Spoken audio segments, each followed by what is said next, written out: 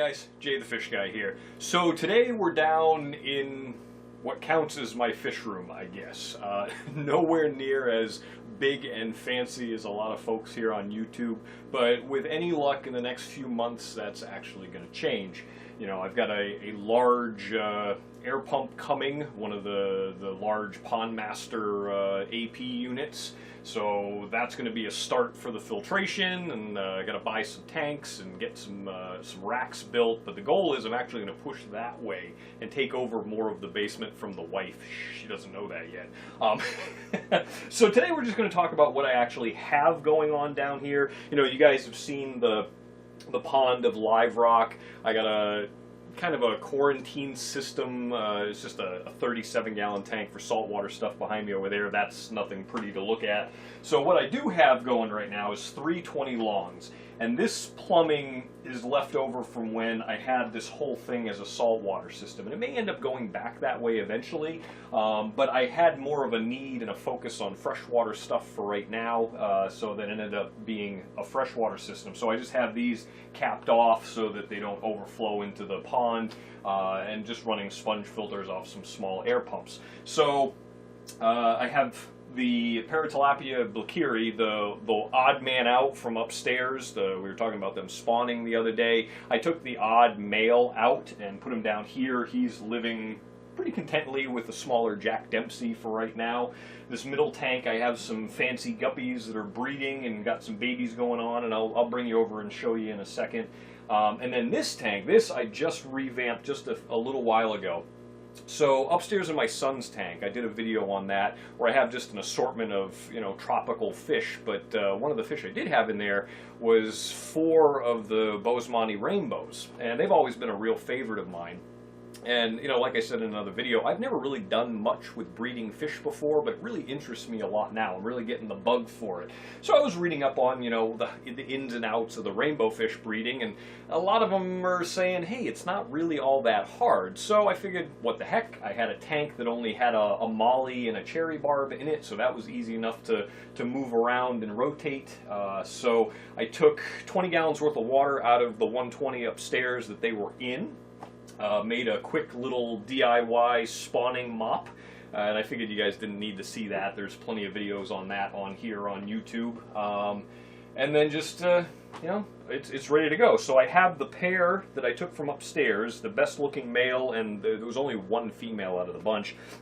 So I'm going to put them in there, and from what I've heard, you keep them in there for about 3 days and then pull them back out, and then anywhere, depending on temperature, from like 4 to 6 days later, you'll start to have some fry swimming around. So we'll see. I'll keep tabs on it, whether I fail or succeed. I'll let you guys know. Thought you might like to see that. So let's see, what's first? Let's net them out and get them in the tank, and what I'll do is I'll bring the camera around so you can get kind of a better look at what I'm doing, and go from there. Alright, so these guys I've had for a while now myself, and then I originally bought them for a client probably like 2 years ago. So they were pretty small when I first got them.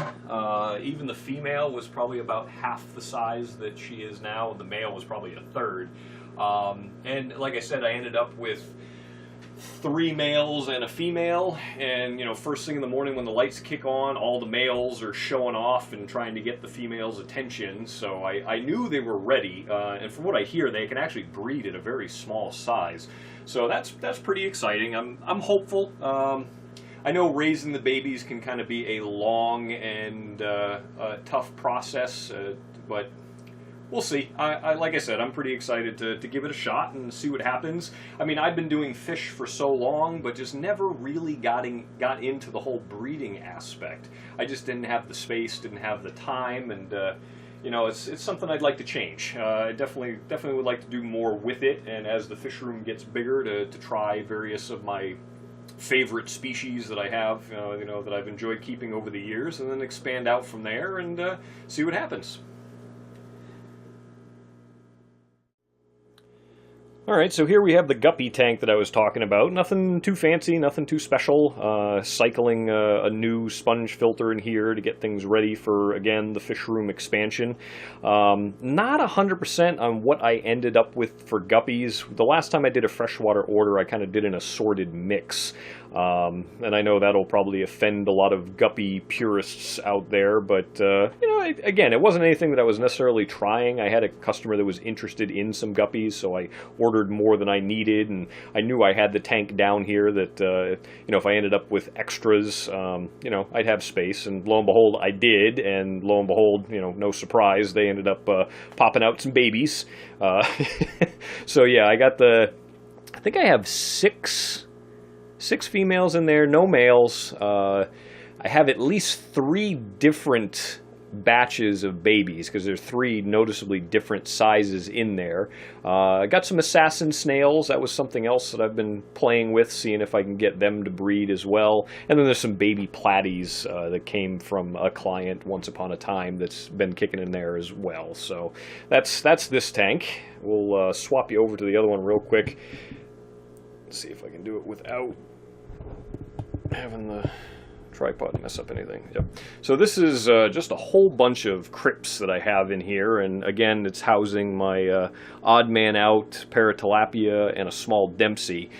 These crypts, they just go gangbusters. I have a client that has a tank full of them, and every time I go, I have to prune some out, and of course I bring them home, and it would just be a shame to throw them away, so I've just been kind of raising them up, letting them get bigger.